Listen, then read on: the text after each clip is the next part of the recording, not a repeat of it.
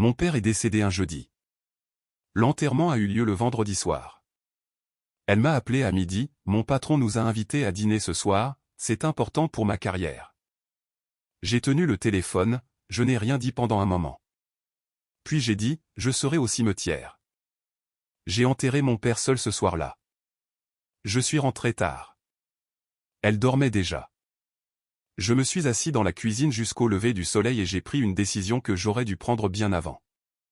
Mon père a rendu son dernier souffle un jeudi matin d'octobre dans une petite chambre de l'hôpital Hardin Memorial à Elizabethtown, dans le Kentucky, pendant que je lui tenais la main et que je regardais le moniteur devenir plat. Il avait 74 ans. Il avait les mains calleuses après 40 ans de travail de la terre. Il sentait l'huile de moteur et les bonbons à la menthe. Et dans la dernière heure, il m'a appelé par mon surnom d'enfance, Léo, un nom que personne n'avait utilisé depuis probablement 25 ans.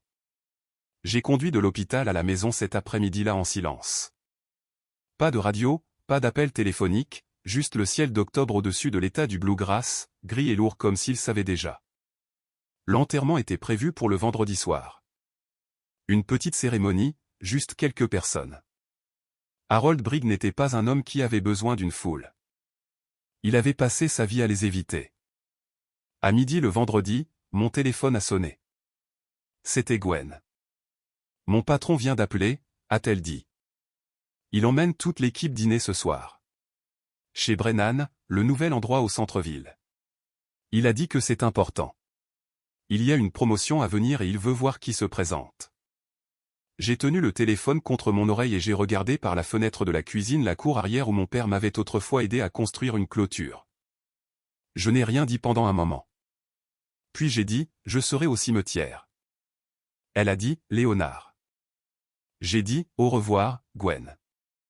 J'ai enterré mon père ce soir-là avec 11 personnes debout autour d'une tombe dans le cimetière de la ville d'Elizabethtown dans le froid, pendant que ma femme était assise à une table de restaurant au centre-ville.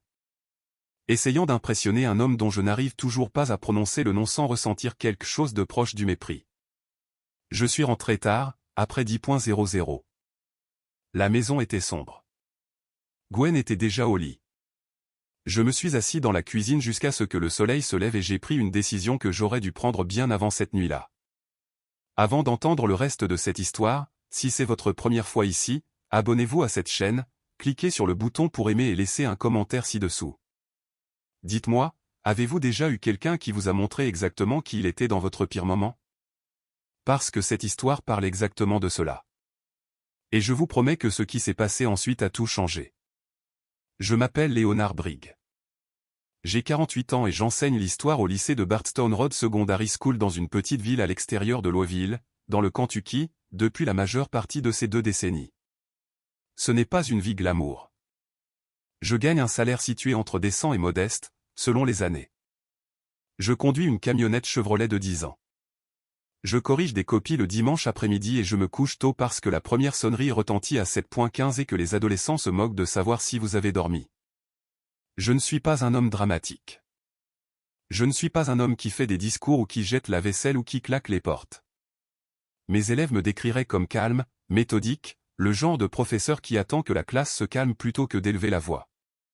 Cette qualité, cette forme particulière de calme, m'a presque détruit. Parce que pendant 11 ans de mariage, j'ai confondu la patience avec l'acceptation. J'ai confondu le maintien de la paix avec l'ignorance de la tempête. Mon père le voyait. Harold Brigg était un homme de très peu de mots, mais quand il parlait, il disait exactement ce qu'il pensait.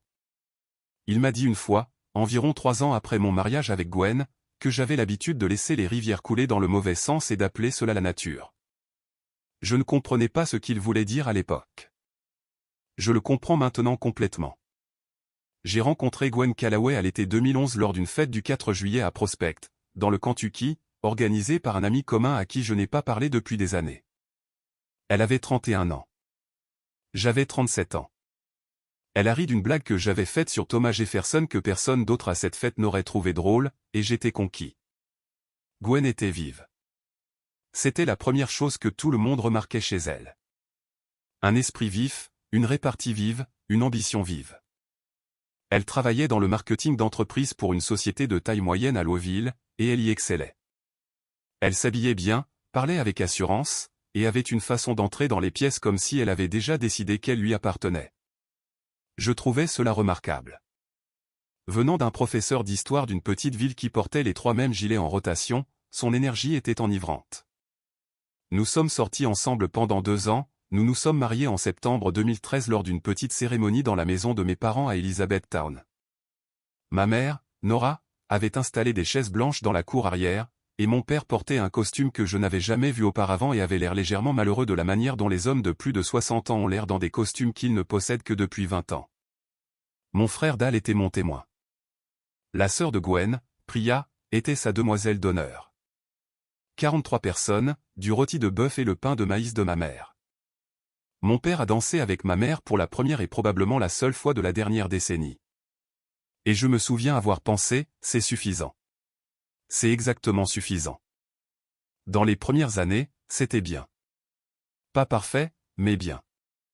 Le genre de bien qui vous fait penser que les imperfections ne sont que la texture d'un vrai mariage plutôt que des fissures traversant les fondations. Gwen faisait de longues heures. J'ai accepté qu'elle voyage occasionnellement pour des conférences. J'ai accepté qu'elle ait un monde social qui ne m'incluait pas toujours. Collègues, événements de réseautage, dîner de l'industrie. J'ai accepté cela aussi, parce qu'elle était ambitieuse. Et je croyais que soutenir les ambitions de quelqu'un faisait partie de ce que l'amour signifiait. Ce que je n'ai pas remarqué, ou peut-être ce que j'ai refusé de remarquer, c'était la disparition progressive de la réciprocité. La première fois que je me souviens l'avoir ressenti clairement, c'était l'année où ma mère Nora est tombée et s'est cassé la hanche. Je faisais des allers-retours à Elizabethtown tous les week-ends pendant 2 mois, m'asseyant avec elle pendant la physiothérapie, aidant mon père, qui n'avait jamais cuisiné un repas de sa vie d'adulte, à comprendre comment gérer un foyer seul pour la première fois. Gwen est venue une fois, un dimanche, est restée environ 90 minutes, en a passé 45 sur son téléphone, et sur le chemin du retour m'a dit qu'elle ne comprenait pas pourquoi je ressentais le besoin d'être là chaque week-end alors que mon père était parfaitement capable de gérer les choses. Je n'ai pas discuté. J'ai conduit. Je me suis dit qu'elle était stressée au travail. La deuxième fois, c'était pour mon 40e anniversaire. J'avais mentionné clairement et à l'avance que je voulais faire quelque chose de simple. Un dîner avec quelques amis proches, peut-être Dal et sa femme, peut-être le couple au bout de la rue dont nous étions proches depuis des années, quelque chose de calme et de significatif. Gwen a organisé une fête surprise, 40 personnes, un bar au centre-ville, un DJ, un gâteau en forme de tableau noir parce que j'étais le professeur. C'était son idée de la perfection. Et quand je me suis tenu au milieu de ce bar en me sentant entièrement seul au sein d'une foule de gens, j'ai pensé, elle ne me connaît pas vraiment. Après 7 ans, elle n'a jamais ralenti assez longtemps pour me connaître. J'ai souri. J'ai remercié tout le monde. Je suis rentré à la maison sans dire un mot sur ce que je ressentais. Mon père a appelé le lendemain matin. « Comment s'est passé l'anniversaire » a-t-il demandé. « Bruyant » ai-je dit. Il est resté silencieux un moment. Puis il a dit, « Léo, une personne qui t'aime va s'arrêter et écouter. Elle n'a pas besoin d'être parfaite, mais elle doit s'arrêter. » Je lui ai dit que tout allait bien. Il ne m'a pas cru, mais il m'a laissé mon mensonge parce que c'était le genre d'homme qu'il était. Au moment où nous avons atteint la 9e année de notre mariage, j'étais devenu très doué pour la performance du contentement. Je savais comment être présent au dîner sans y être vraiment. Je savais comment hocher la tête au bon moment dans des conversations où l'on me disait indirectement et parfois directement que mes sentiments étaient gênants ou disproportionnés ou qu'ils entravaient simplement des choses plus importantes. La carrière de Gwen s'était accélérée au cours de ces années. Elle avait été promue 2 fois, avait changé d'entreprise une fois pour un meilleur titre et une augmentation de salaire significative, et avait construit le genre de profil professionnel qui la faisait se sentir, je pense, de plus en plus détachée de la vie que nous partagions dans notre maison de Middletown, dans le Kentucky, avec sa cour arrière modeste et son unique salle de bain qui avait besoin d'être refaite et sa table de cuisine où nous ne nous asseyions presque plus jamais en même temps.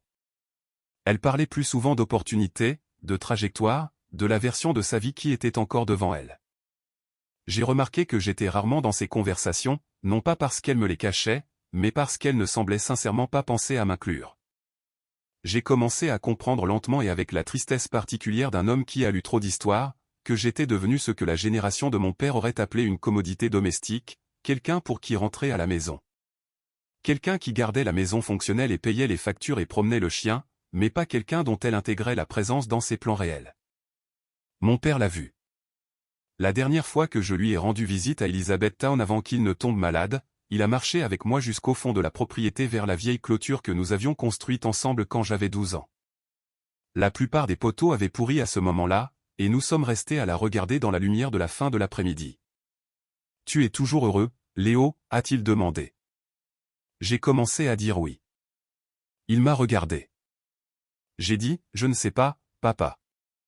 Il a mis sa main sur mon épaule et l'a pressée une fois. C'était tout.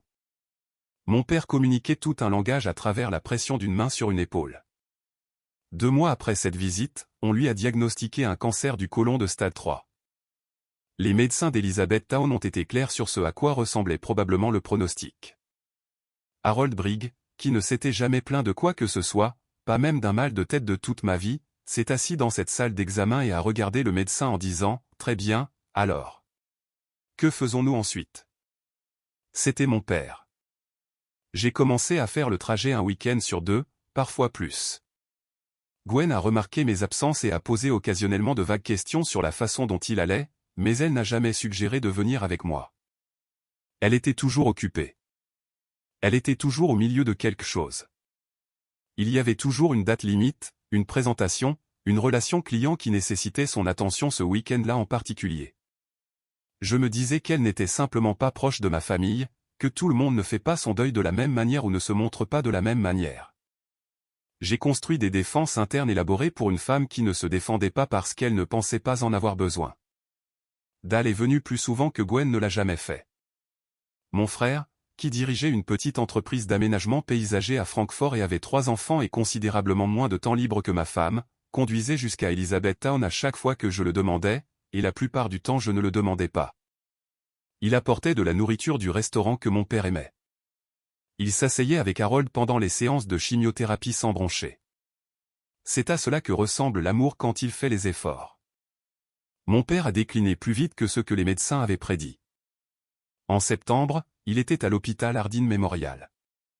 Dès la première semaine d'octobre, il ne sortait plus. J'ai pris 3 jours de congé à l'école et je suis resté à Elizabethtown la dernière semaine de sa vie. J'ai dormi dans sa chambre d'hôpital sur une chaise qui n'était pas conçue pour dormir. Je lui ai tenu la main pendant la nuit quand la douleur était forte. Je lui lisais parfois des livres. Il aimait l'histoire, sans surprise, et je lui ai lu des passages d'un livre sur la guerre de sécession au Kentucky qu'il possédait depuis 40 ans et qu'il n'avait jamais fini.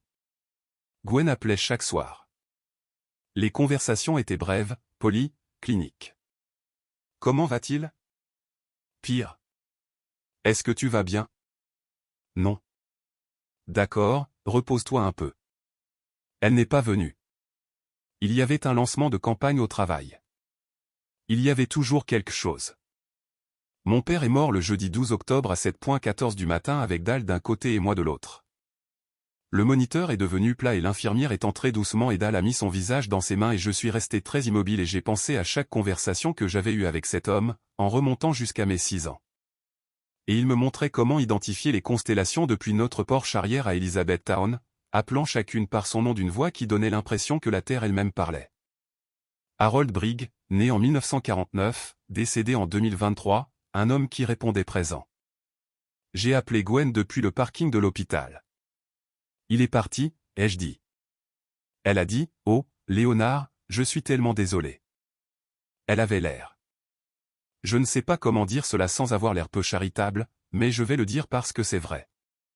Elle avait l'air de cocher quelque chose sur une liste. Le ton n'était pas froid. Il était juste contenu, comme une nouvelle qui exigeait la réponse appropriée mais qui ne l'atteignait pas vraiment. L'enterrement est demain soir, ai-je dit, à 6.00 au cimetière de la ville d'Elizabethtown. J'y serai, a-t-elle dit. Elle n'y était pas. Le vendredi est arrivé, gris et froid, le genre de journée d'octobre du Kentucky qui donne l'impression que la terre elle-même est en deuil. J'ai conduit jusqu'à Elizabethtown le matin pour régler les derniers préparatifs avec l'entreprise de pompes funèbres sur la rue North Mulberry. Dal était déjà là. Le voisin de mon père depuis 30 ans, Bill Atkins, était là. La sœur de ma mère est venue de Bowling Green. 11 personnes au total. C'était tout. J'ai appelé Gwen à 11.00 pour prendre des nouvelles. Elle a dit qu'elle se préparait. Elle avait l'air distraite. À midi, mon téléphone a sonné à nouveau. J'étais debout dans le cimetière en regardant la pierre tombale qu'ils avaient installée. Le nom de mon père n'était pas encore entièrement gravé, l'herbe était encore verte et humide sur les bords du sol ouvert. Mon patron vient d'appeler, a dit Gwen. Il emmène toute l'équipe chez Brennan ce soir. C'est un nouvel endroit qui vient d'ouvrir dans le quartier de Nulu. Il a dit que c'est important. Il y a une restructuration à venir et il veut voir qui s'investit assez pour venir. Le monde est devenu très silencieux. Pas un silence dramatique, juste le silence particulier qui se produit quand quelque chose dont vous étiez à moitié conscient depuis des années devient complètement et irréversiblement clair. Gwen, ai-je dit. Je sais que le moment est terrible, a-t-elle dit rapidement. Mais c'est ma carrière, Léonard. Ce n'est pas quelque chose que je peux simplement reporter. Ton père comprendrait. C'était un homme pratique. Elle a invoqué mon père mort dans cette phrase pour justifier le fait de ne pas venir l'enterrer. C'était le moment. Pas un moment dramatique, juste une porte qui se ferme. Je serai au cimetière, ai-je dit. Léonard, s'il te plaît, ne sois pas comme ça en ce moment. J'ai besoin que tu comprennes. Je comprends bien, ai-je dit, c'est ça le problème. J'ai raccroché. J'ai enterré mon père à 6.00 ce soir-là au cimetière de la ville d'Elizabethtown avec Dal debout à ma gauche et Bill Atkins debout à ma droite et 10 autres personnes qui s'étaient présentées parce que Harold Brick comptait pour eux. Le pasteur a dit quelques mots. Quelqu'un avait apporté des fleurs du jardin que ma mère entretenait avant de décéder. Des dahlias, ses préférées, que mon père avait plantées pour elle chaque printemps pendant 30 ans sans qu'on le lui demande. Je me suis tenu devant cette tombe et j'ai pensé au fait de répondre présent. J'ai pensé à toutes les façons dont mon père avait été présent dans ma vie sans jamais faire d'annonce à ce sujet.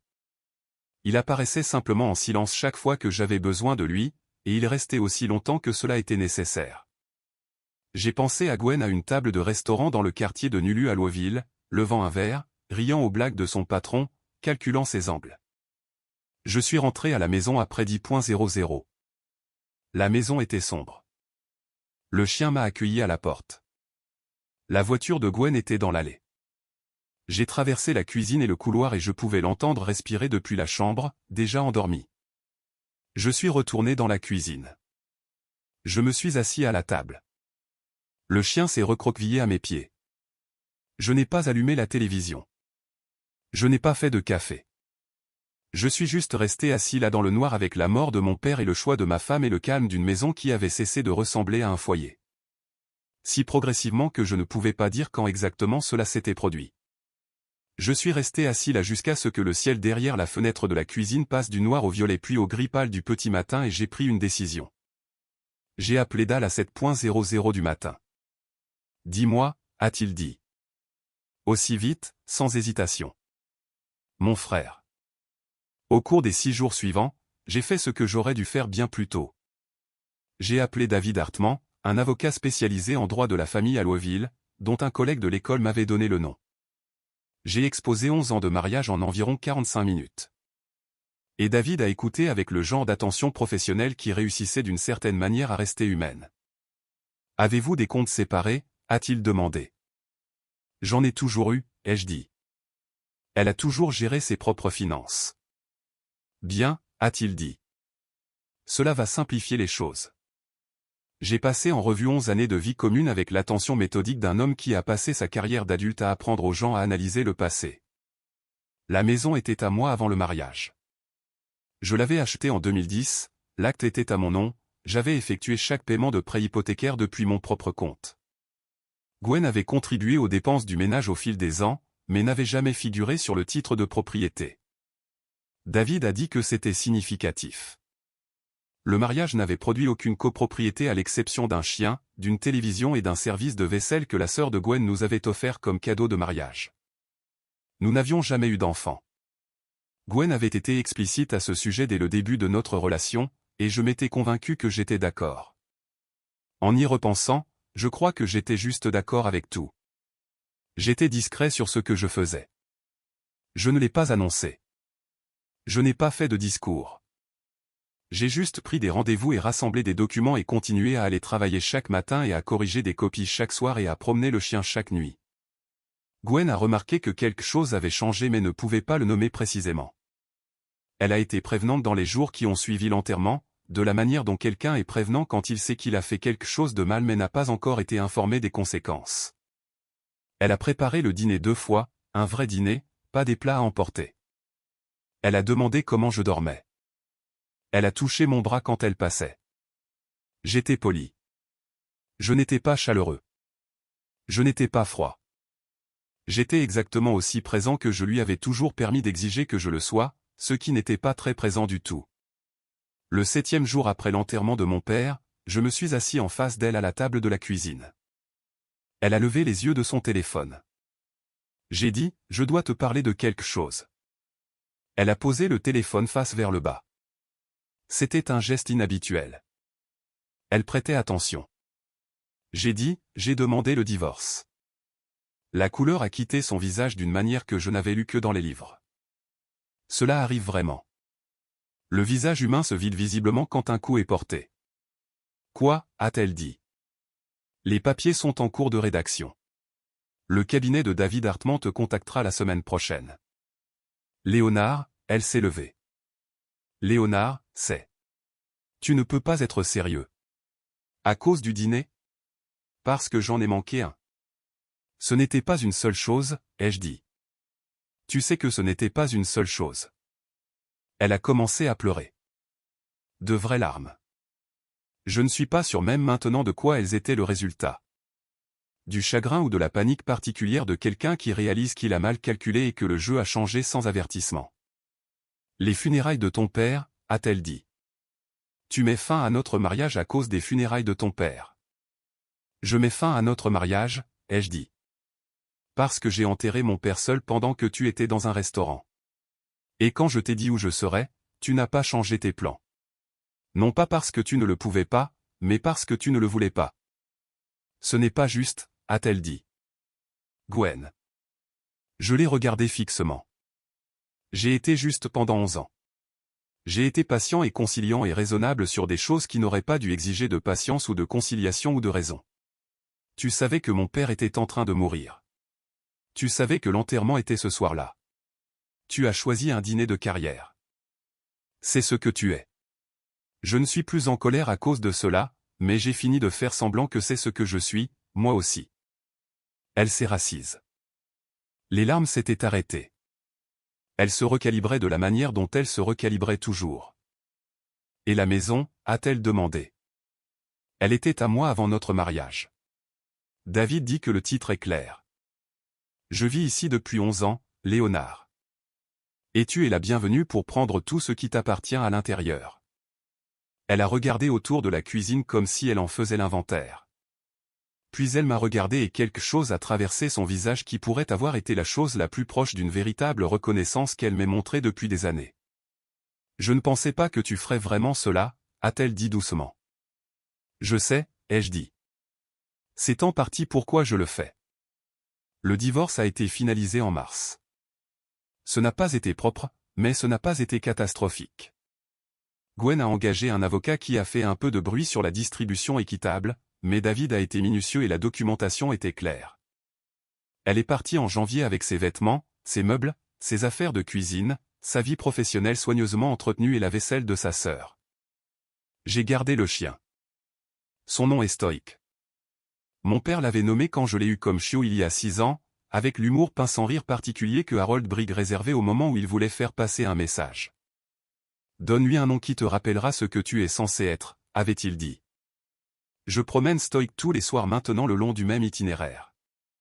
Au bout de la rue, devant l'église méthodiste, autour du pâté de maison, et retour par le parking de l'école primaire où l'équipement de l'aire de jeu capte la lumière des lampadaires.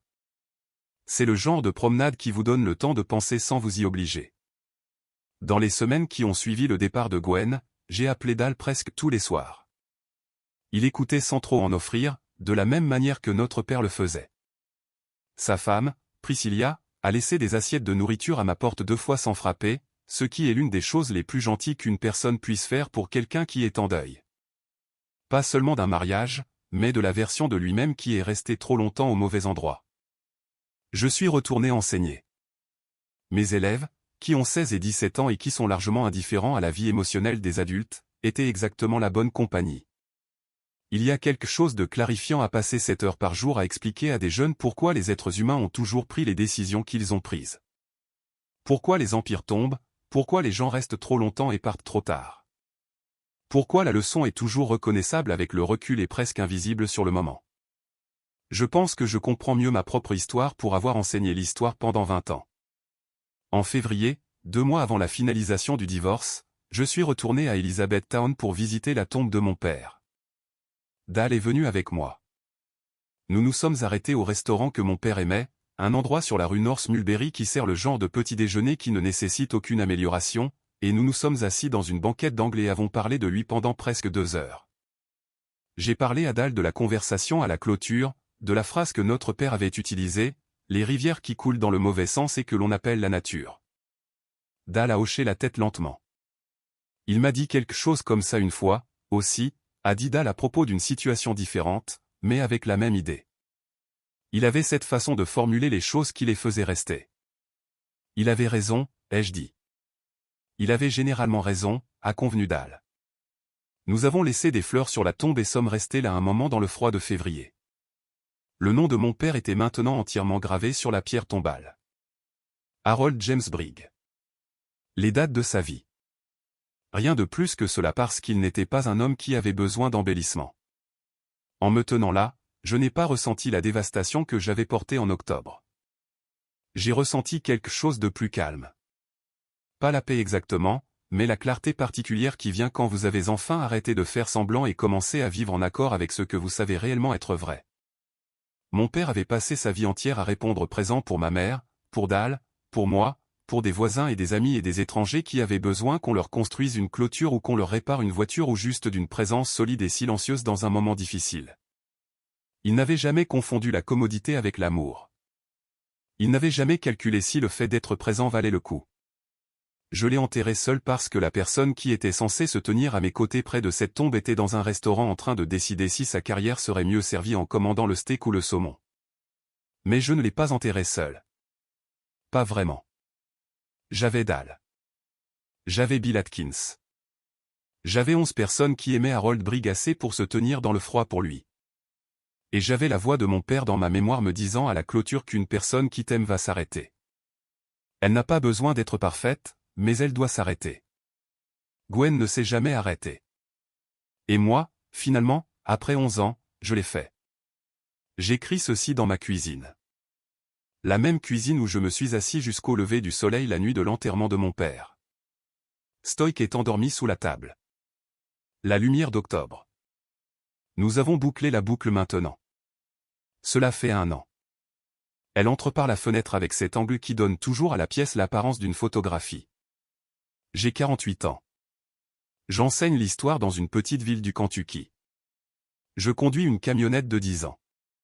Je suis un homme dont le père lui a appris à quoi ressemble le fait de répondre présent et dont le mariage lui a appris le coup d'accepter son contraire. Je ne suis plus en colère contre Gwen. La colère exige de l'engagement, et elle n'occupe plus cet espace en moi. Elle a fait ses choix de manière cohérente et claire, et la seule erreur qu'elle ait commise a été de supposer que je m'y adapterais indéfiniment. J'étais un homme patient. Je suis toujours un homme patient. Mais il y a une version de la patience qui n'est en réalité que de la peur. La peur de la confrontation, la peur de la perte, la peur de l'inconnu qui existe de l'autre côté d'une décision difficile. J'ai vécu dans cette version pendant 11 ans. La nuit où je suis resté assis dans cette cuisine jusqu'au lever du soleil, ce que j'ai compris, finalement, complètement, sans aucune négociation supplémentaire, c'est que le coût de rester était plus élevé que le coût de partir.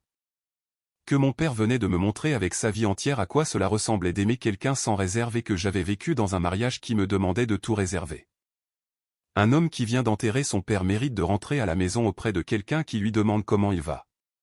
Pas auprès de quelqu'un qui est déjà endormi parce qu'elle a eu un dîner de carrière. Certaines choses, une fois que vous les avez vues clairement, ne peuvent pas être non vues. Mon père le savait. Harold James Brigg, qui travaillait la terre et réparait des moteurs et a dansé une fois avec ma mère dans une cour arrière en portant un costume qui ne lui allait pas, et qui avait l'air de l'homme le plus heureux du monde en le faisant. Il savait que l'amour n'est pas compliqué quand les deux personnes le font vraiment. Je pense à lui tous les jours. Je deviens lentement et imparfaitement le genre d'homme qu'il était. Cela me semble suffisant. Cela ressemble à tout, en fait. Léonard n'a pas mis fin à son mariage pour un dîner de travail. Il y a mis fin parce qu'il a réalisé qu'il enterrait son père seul pendant que sa femme était occupée à faire du réseautage. Gwen n'a pas seulement manqué des funérailles. Elle a utilisé l'esprit pratique de son beau-père décédé comme une arme pour justifier sa propre froide ambition. La leçon, une personne qui vous aime s'arrêtera. Si elle ne peut pas mettre sa vie en pause pour votre heure la plus sombre, elle n'a rien à faire dans votre vie pour le reste de celle-ci. Léonard a finalement appris que la patience n'est qu'une façon lente de se noyer. Au moment où Gwen a choisi un restaurant de grillade plutôt qu'un cimetière, elle n'a pas seulement perdu sa place à la table.